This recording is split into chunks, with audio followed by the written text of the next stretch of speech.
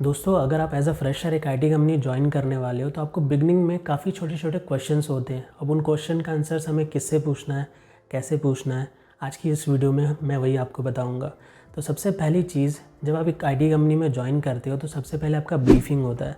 तो ब्रीफिंग में आपको रिलेटेड डिपार्टमेंट से इंट्रोडक्शन कराया जाता है। बहुत सारे डिपार्टमेंट होते हैं, बताया जाता है उनका क्या रोल रिस्पॉन्सिबिलिटी है, और आपको कभी भी कोई टेक्निकल इशू आता है तो आपको किस डिपार्टमेंट को रीच आउट करना है, वो होता है आईटी डिपार्टमेंट। तो जो सबसे पहला इशू आपको जो फेस करना पड़ता है ना, वो टेक्निकल को लेके होता है। मोस्ट प्रॉब्ली क्या होता है, आपको लॉगिन और बहुत सारे ऐसे छोटे छोटे इशू आते हैं।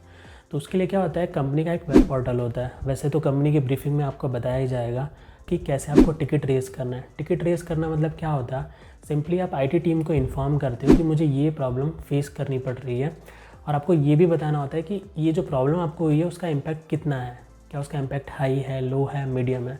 तो अगर आपको लगता है कि नहीं, जल्दी से जल्दी मेरा इशू रिजॉल्व होना चाहिए, तो आप हाई पे सेट कर सकते हो। अब हाई पे सेट करने से क्या होगा, आपको जल्द से जल्द आईटी डिपार्टमेंट से कॉल आ जाएगा, ठीक है। फिर आपको मोस्ट प्रॉब्ली अपना स्क्रीन शेयर करना होगा और फिर आपको बताना होगा आपकी जो भी प्रॉब्लम है। बाकी के काम आईटी डिपार्टमेंट हैंडल कर लेती है। अब समझो एक दूसरा इशू ये हो गया कि आपका लैपटॉप ओपन ही नहीं हो रहा, ठीक है। आपका लैपटॉप लॉगिन ही नहीं हो रहा बिगनिंग में, क्योंकि लैपटॉप ऑन होगा तभी ना फिर आप स्क्रीन शेयर, बाकी की चीज़ें और टिकट रेस कर सकते हो। क्योंकि मेरे साथ एक ऐसा इशू हुआ था कि मेरा लैपटॉप ऑन नहीं हो रहा था और कुछ टेक्निकल इशू हो रहा था पासवर्ड का। तो उस टाइम पे मैंने क्या किया कि इत्तेफाक से मेरे पास मेरे टीममेट का एक नंबर था, ठीक है। तो मैंने मेरे टीममेट को कनेक्ट किया और मैंने बोला कि मेरा लैपटॉप ही नहीं ऑन हो रहा, तो मैं टिकट कैसे रेस करूँ, इस प्रॉब्लम को कैसे रिजॉल्व करूँ। तो टीममेट ने मुझे क्विकली आईटी टीम के जो एम्प्लॉय थे उनका मुझे नंबर दिया, और फाइनली मैंने उन्हें कनेक्ट किया और उन्हें अपना इशू बताया कि मुझे ऐसा ऐसा इशू फेस करना पड़ रहा है। और फिर फाइनली उन्होंने मुझे सॉल्यूशन बताया कि आप ऐसा ऐसा करो, फिर कंप्यूटर चालू हो जाएगा, फिर बाकी वहाँ से वो कंट्रोल कर लेंगे। कंट्रोल मीन्स फिर वो क्या होता है, उनके पास एक्सेस होता है आपके सिस्टम कंट्रोल करने का। तो फिर उन्होंने एक्सेस लेके मतलब फिर मेरा सिस्टम कंट्रोल किया और फाइनली वो इशू रिजॉल्व किया। तो आपके केस में भी क्या करना है कि समझो आपका सिस्टम ऑन ही नहीं हो रहा, तो उस केस में आप टिकट कैसे रेस करोगे, ठीक है, क्योंकि सॉफ्टवेयर में जाके ही आप करोगे ना। तो अगर सिस्टम ही नहीं ऑन हो रहा, लैपटॉप ही नहीं ऑन हो रहा, तो अगर आप ऑफिस में हो तो ठीक है, अगर आप घर पे हो तो आपके लिए इशू हो सकता है। तो उस केस में आप फ्रिक्वेंटली अपने टीममेट को या आईटी डिपार्टमेंट को कनेक्ट करके उनसे हेल्प ले सकते हो। सो बिगनिंग में ऐसा बहुत होता है कि लॉगिन और पासवर्ड को लेके छोटे छोटे हमें इशू आते हैं। उसके बाद के जो हमें इशू फेस करने पड़ते हैं वो होता है ट्रेनिंग और कंप्लायंस में, ठीक है। ट्रेनिंग कंप्लायंस क्या होती है, एक बेसिक ट्रेनिंग होती है, कंप्लायंस ट्रेनिंग आप बोल सकते हो। जो कंपनी की एक मिनिमम रिक्वायरमेंट ट्रेनिंग होती है कि जो भी बच्चा ऑन बोर्ड होता है, जो भी ज्वाइन कर रहा है उस कंपनी को, कंप्लायंस ट्रेनिंग आपको कंप्लीट करनी पड़ती है। और कंप्लायंस ट्रेनिंग क्या होता है, आपको कंपनी के रूल्स रेगुलेशन, प्राइवेसी पॉलिसी, उनसे अवेयर कराया जाता है। वो ट्रेनिंग में छोटे छोटे क्वेश्चंस होते हैं और छोटे छोटे टेस्ट होते हैं, आप उसको ईजिली क्लियर कर लेते हो, वो कोई मेजर वो नहीं है, ठीक है। इवन अपने टीममेट से भी हेल्प ले सकते हो अगर आपको कोई चीज़ नहीं समझ में आ रही। बहुत बार ऐसा होता है कि समझो कि आप कंप्लायंस ट्रेनिंग आपने कंप्लीट कर ली, आप सबमिट कर रहे हो बट सबमिट नहीं हो रही। तो उस केस में जैसे आईटी डिपार्टमेंट होता है उस चीज़ के लिए, वैसे ही कंप्लायंस ट्रेनिंग डिपार्टमेंट होता है। तो आप उनके टीम को रीच कर सकते हो या तो उनके हेड को भी रीच कर सकते हो एक लिमिट तक। अगर वो सबमिट नहीं हो रहा या आप पास हो गए हो उस टेस्ट में बट वहाँ पे पास नहीं बता रहा, फेल हो रहा है, ऐसे कोई भी रिलेटेड, तो सबसे पहले इस चीज़ के लिए आप अपने टीममेट को रीच आउट कर सकते हो। क्योंकि क्या पता आपके जो टीममेट हैं उन्होंने भी ये इशू फेस किया है। क्योंकि क्या होता है, जब भी आप हायर होते हो ना तो एक टीम में हायर होते हो, 5, 10, 15 मोस्टली, तो आप अपने टीममेट को पहले रीच आउट कर लेना। उसके बाद टीममेट से नहीं आपको कनेक्ट कर पा रहे हैं या कुछ प्रॉब्लम हो रही है या उनसे आंसर नहीं मिल रहा, तो रिस्पॉन्सिबल डिपार्टमेंट को आप रीच आउट कर सकते हो। Eight the end of the day आपको बहुत स्ट्रगल हो रहा है, आपको मतलब कुछ समझ नहीं आ रहा है क्या करना है, तो मोस्ट प्रॉब्ली आप मैनेजर को भी रीच आउट कर सकते हो। तो आपको गाइड कर देंगे आपको कहाँ रीच आउट करना है, क्या करना है, and you will get the solution. अब तीसरा आपको प्रॉब्लम फेस होता है मोस्ट प्रॉब्ली कि समझो कंपनी का ट्रेनिंग चल रहा है, ठीक है। तो जो कंपनी की ट्रेनिंग चलती है वो थोड़ा फास्ट फेज़ में चलते हैं, ठीक है। अगर आपको कंपनी ट्रेनिंग दे रही है तो उस केस में आपको घबराना नहीं है। जो कंपनी ट्रेनिंग दे रही होती है तो उसमें आपको काफ़ी चीज़ें सिखाती है, ठीक है। तो वो सारी चीज़ें आपको एट अ टाइम नहीं करनी होगी जो कंपनी आपको ट्रेनिंग दे रही होगी, और आपको थोड़े मोड़े डाउट आ रहे होंगे तो वहाँ पे जो ट्रेनर आपको ट्रेनिंग दे रहे होंगे कंपनी में मोस्ट प्रॉब्ली, तो आप हर चीज़ उनसे नहीं पूछ सकते। अगर लॉजिकली और लेजिट वे में बोला जाए तो आप पूछ तो सकते हो, बट ये अच्छी बात नहीं है कि आप मतलब हर बार सवाल करोगे। तो आप छोटे मोटे जो भी डाउट्स हैं या छोटी मोटी चीज़ें हैं आप अपने टीममेट को रीच आउट करके, ओके, अपने कलीग्स को रीच आउट करके रिजॉल्व कर सकते हो, क्योंकि आप सभी साथ में सीख रहे हो। और उसके बाद भी रिजॉल्व नहीं होता तो वो जो रिस्पॉन्सिबल ट्रेनर है आप उन्हें रीच आउट कर सकते हो कि ये चीज़ है, ये चीज़ समझ में नहीं आई, और वो क्विकली आपको चीज़ सिखा दी जाएगी एंड देन मूव ऑन हो जाओगे। और उसके बाद जब हम ट्रेनिंग होने के बाद, ये आईटी के छोटे मोटे इशू फेस करने के बाद हम मूव ऑन हो जाते हैं प्रोजेक्ट में, ठीक है। तो आईटी के इशू तो आपको लाइफ टाइम फेस हो सकते हैं, तो उसके लिए आपको हमेशा आईटी डिपार्टमेंट को ही रीच होना है, क्योंकि आईटी एक ऐसी चीज़ है, टेक्निकल चीज़, क्योंकि आज के टाइम पे हम पूरा काम कंप्यूटर पे करते हैं, तो उसके रिलेटेड हमें छोटे छोटे काफ़ी इशू होते हैं, तो वो चीज़ के लिए आप हमेशा उन्हें रीच आउट कर सकते हो। अब जब आप प्रोजेक्ट पे आते हो, स्टडी पे आते हो, तो आपको एक मैनेजर होते हैं उस स्टडी के लिए, सीनियर होते हैं, टीम होती है, हेड होते हैं, प्रिंसिपल होते हैं, डायरेक्टर होते हैं, तो ऐसे बहुत सारी चीज़ें होती हैं।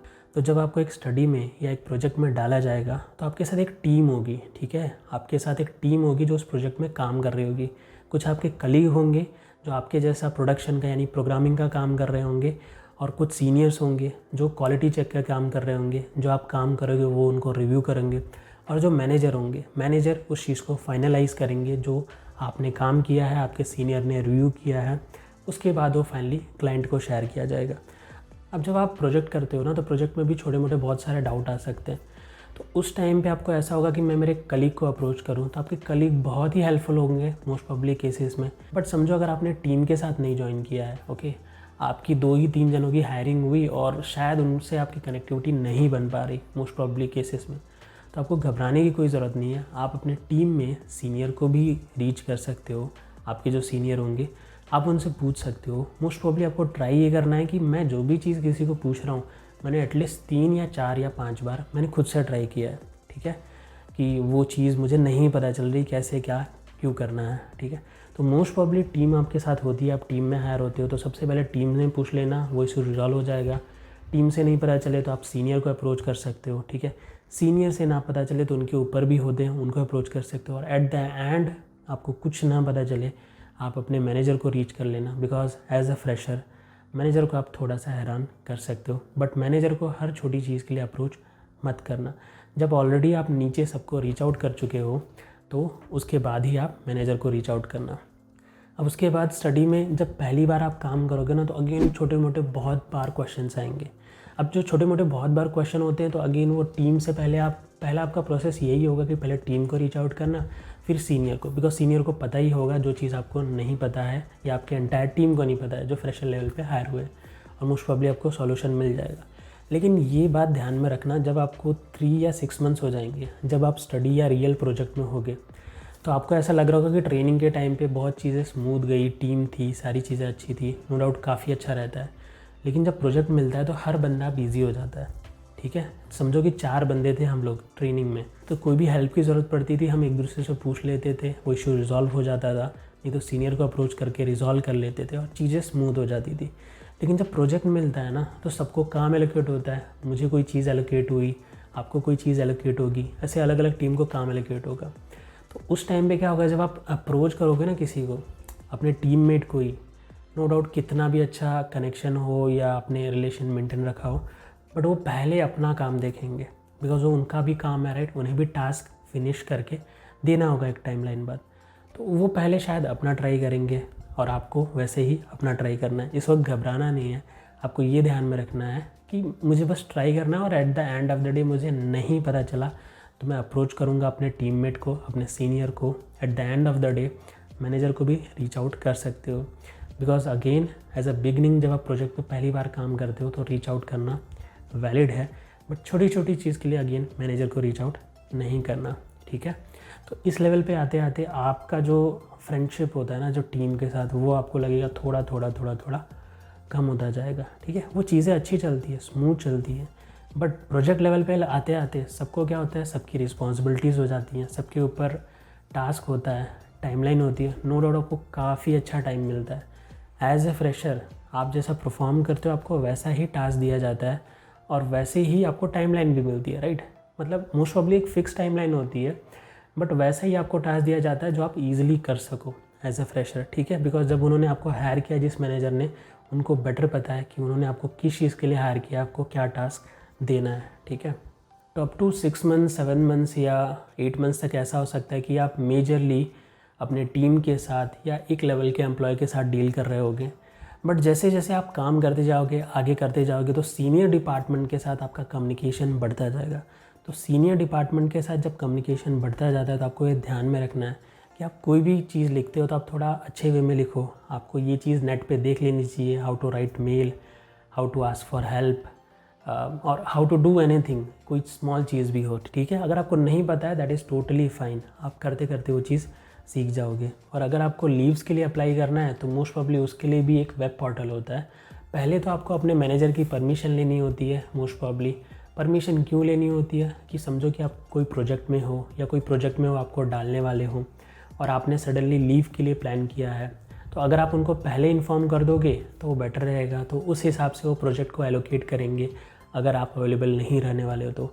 अगर आप अवेलेबल रहने वाले हो तो आपको उस प्रोजेक्ट में इन्वॉल्व करेंगे। तो ऐसे काफ़ी सारी चीज़ें, तो इसलिए पहले आपको मैनेजर को इन्फॉर्म करना रहता है, फिर आप वो पोर्टल पे अप्लाई कर सकते हो और मोस्ट प्रॉब्ली आपकी लीव अप्रूव हो जाती है। अगर मेडिकल इमरजेंसी है तो most of the cases approve हो जाती है। अगर नॉन मेडिकल इमरजेंसी है तो उस केस में अगर प्रोजेक्ट में हो तो शायद ऐसा हो सकता है कि किसी केस में शायद लीव अप्रूव ना हो, but most probably leave approve हो जाती है। काफ़ी अच्छा इन्वायरमेंट रहता है, depend upon company to company. Okay, ये चीज़ ध्यान में रखना। और एक जो नेक्स्ट प्रॉब्लम आपको फेस करनी पड़ सकती है उसको बोलते हैं ऑफिस पॉलिटिक्स, जो कि काफ़ी कम होता है मोस्टली। ओके, इतना ज़्यादा नहीं होता, बट अगर होता भी है तो उसको हैंडल कैसे करना चाहिए, कि आपको मैनेजर को रीच आउट करना चाहिए। तो मेरा क्या सजेशन है, देखो आप करते करते इतना मैच्योर हो जाते हो, आप इस चीज़ को ईजिली हैंडल कर लो। देखो मेरा ऐसा मानना है कि जैसे जैसे आप काम करते हो वैसे वैसे पता चल जाता है, सब फैमिलियर हो जाते हैं। जो प्रॉब्लम होती है ना इनिशियली होती है। इनिशियली क्या होता है, आप न्यू इन्वायरमेंट में जा रहे हो, शायद वो लोग पुराने हैं, आप नए जा रहे हो, तो जो बॉन्डिंग होती है इतनी जल्दी नहीं बन पाती, जो कम्युनिकेशन होता है वो इतनी जल्दी नहीं बन पाती। लेकिन जैसे आपको 3-6 महीने हो जाते हैं, आपकी बॉन्डिंग में अच्छी बन जाती है, कम्युनिकेशन भी अच्छी बन जाती है, और eight the end of the day काम मैटर करता है। ठीक है, अगर आप काम डिलीवर कर रहे हो तो कोई फ़र्क नहीं पड़ता, और अगर आपको काम में कोई प्रॉब्लम आ रही है तो आप हेल्प मांग सकते हो। अगर आपको हेल्प नहीं मिल रही तो आप अपने मैनेजर को बता सकते हो। ऑफिस पॉलिटिक्स अगर आपको लगता है वो नेक्स्ट लेवल जा रहा है, आपसे हैंडल नहीं हो रहा, तो फिर आप मैनेजर को रीच आउट कर सकते हो कि मुझे ये प्रॉब्लम फेस करनी पड़ रही है और ये रीज़न है। ठीक है, मोस्ट प्रॉब्ली मैं ऐसा मानता हूँ कि आप ईज़िली हैंडल कर लोगे, क्योंकि इतना ज़्यादा नहीं होता इनिशियल ईयर्स में, और आगे जाके तो और कम हो जाता है, क्योंकि आप सीनियर लेवल पे चले जाते हो तो चीज़ें कम हो जाती हैं। और अगेन ये कंपनी टू कंपनी डिपेंड करता है, और eight the end of the day आपको ये चीज़ ध्यान में रखनी है। वैसे भी आप ऑफिस काम करने जाते हो तो आपका फोकस उस पर रहेगा। आपसे कोई बात करे, आपसे कोई अच्छा व्यवहार करे, वो ज़्यादा आपको मैटर नहीं करता, क्योंकि eight the end of the day आप काम करते हो, आपको पैसे मिलते हैं। और एनवायरनमेंट का क्या होता है कि कहीं कहीं ऐसा होता है, टीम के ऊपर डिपेंड करता है। तो अगर टीम में कुछ लोग ऐसे होते हैं तो आपको शायद ऐसा फेस करना पड़ सकता है। बाकी मैंने कुछ खास ऐसा फेस नहीं किया है, क्योंकि सबको ही वहाँ पे सीखने और ग्रो करने आया है, तो सबका ऐसा ही नेचर होता है कि वो सीखें, ग्रो करें। और आजकल के मैनेजर्स ऐसे लोगों को ही हायर कर रहे हैं कि जो थोड़ा पॉजिटिव, जिनका इम्पैक्ट हो या जो पॉजिटिव तरीके से चीज़ों को डील करें। तो देखो दोस्तों, हेल्प लेने का एक सिंपल सा प्रोसेस है। सबसे पहले आप अपने टीम को रीच आउट करोगे। अगर आपको टीम से नहीं हेल्प मिलती तो जो रिस्पॉन्सिबल डिपार्टमेंट होगा उनको रीच आउट करोगे। अगर आईटी के रिलेटेड इशू है, लॉगिन और इस चीज़ के रिलेटेड, तो आप आईटी डिपार्टमेंट को रीच करोगे। टिकट। और अगर आपको ट्रेनिंग के रिगार्डिंग, कंप्लायंस ट्रेनिंग जो एक होती है उसके रिगार्डिंग इशू है, तो एक कंप्लायंस डिपार्टमेंट होगा, उन्हें इशू रेज कर सकते हो। अगर आपको टीम से नहीं हेल्प मिल पा रही तो आप सीनियर जो उसी स्टडी में काम कर रहे हैं उनसे रीच आउट कर सकते हो। और eight the end of the day आपको कहीं से हेल्प नहीं मिल रही तो आप अपने मैनेजर को रीच आउट कर सकते हो। अगर आपको लगता है आपके मैनेजर से भी आपको हेल्प नहीं मिल रही तो आप इवन डायरेक्टर को रीच आउट कर सकते हो। ठीक है, और मोस्ट प्रॉब्ली मैनेजर लेवल तक पहुंचने से पहले ही आपको जो भी आपके रिक्वायर्ड चीज़ें होती हैं, जो हेल्प चाहिए होती है, वो मिल जाती हैं।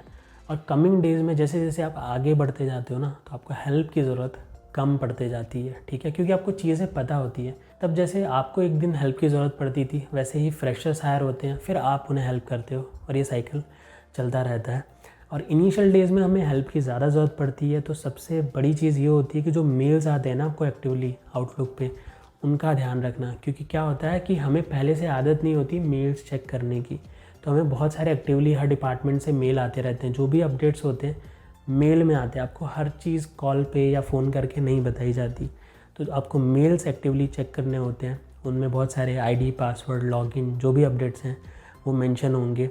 जो भी डिपार्टमेंट के रिप्रेजेंटेटिव होंगे उनके भी मेल्स होंगे।